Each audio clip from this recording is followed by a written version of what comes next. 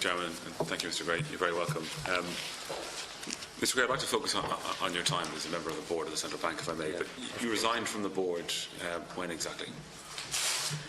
So I've seen some media statements suggesting that I was appointed in December 2006 and that I was on the board to 2009.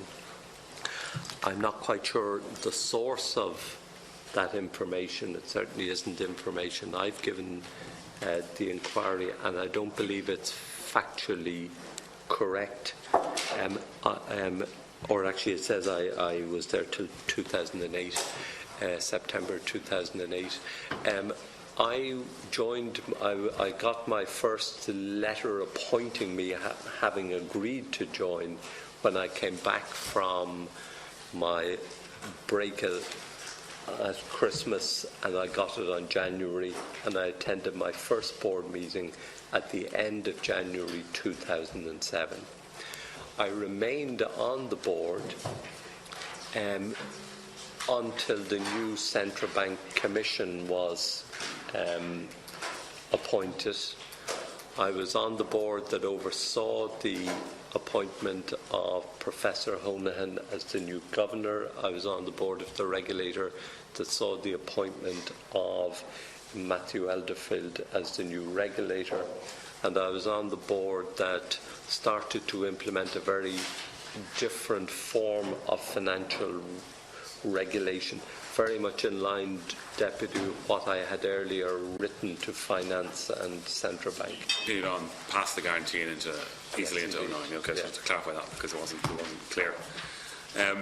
You provided in your written statement your views on stress testing, and I wanted to know if you wanted to add to those, because you do talk about one of the reasons why our own stress testing here in Ireland didn't identify the problems. But without repeating yourself, is there anything you want to add to what you've submitted in your written documentation?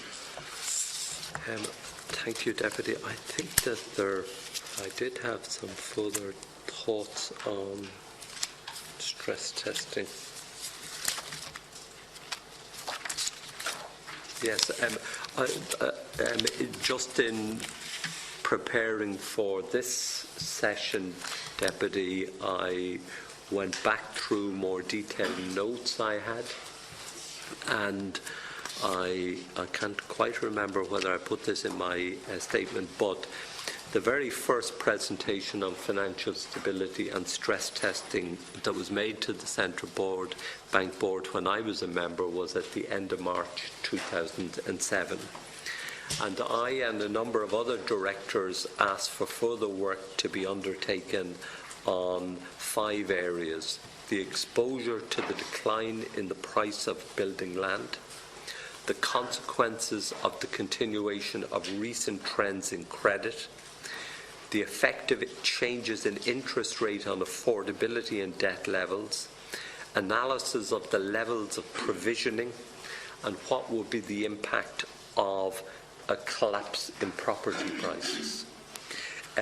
At a subsequent meeting of the Central Bank Board, I and other directors asked for further work to be completed on 3 areas: commercial property, the buy-to-let market, and the emergence of subpriming.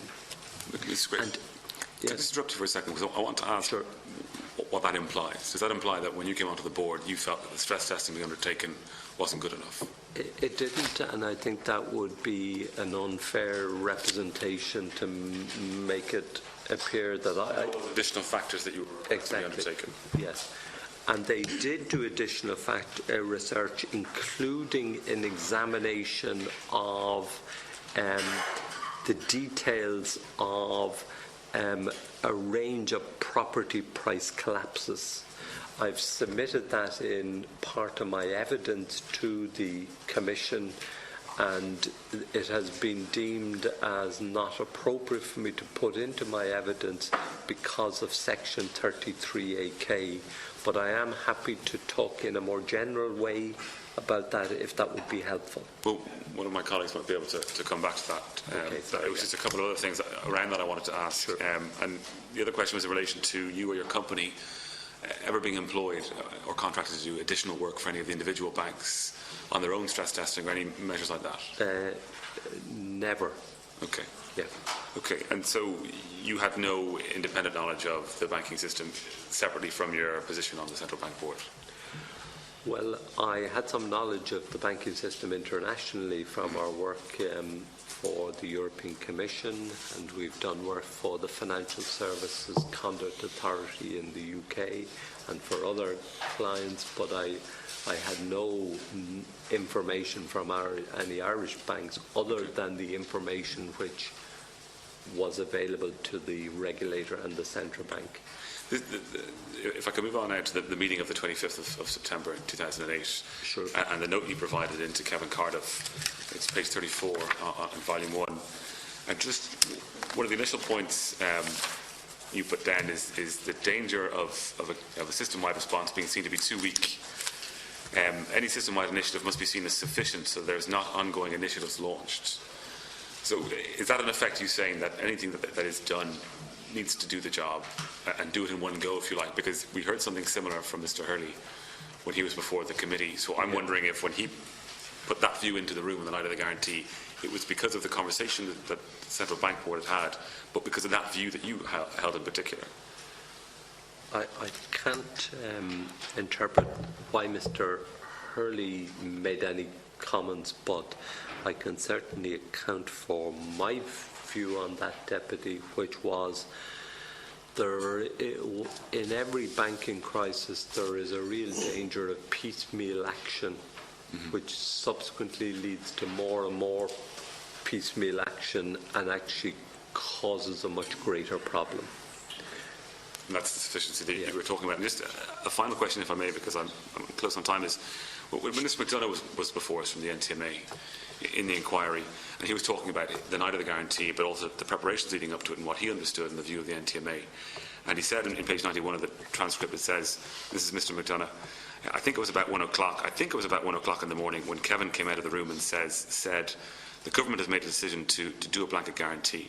And I was flabbergasted because all the work had been about preparing for nationalising an institution.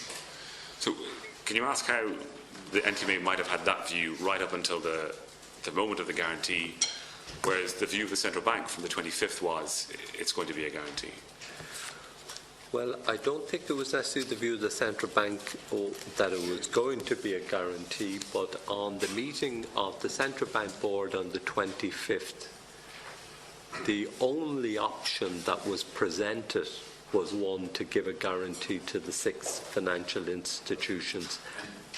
The NTMA was in a meeting on the 24th, the day before that. And we were informed that the NTMA were at a meeting the previous day with the central bank, the regulator, the then Minister for Finance, and their teams of advisors. And outcome from that meeting was the proposal that was being put for consideration to the central bank board. And I wasn't at those meetings that Mr. McDonough was at on the 24th, but I am outlining what we were told as central bank directors the next day and what the formal signed off minutes by everyone shows was the case. But is it possible that someone attending the meeting on the 25th, being informed what was discussed on the 24th, might have misinterpreted this in some way?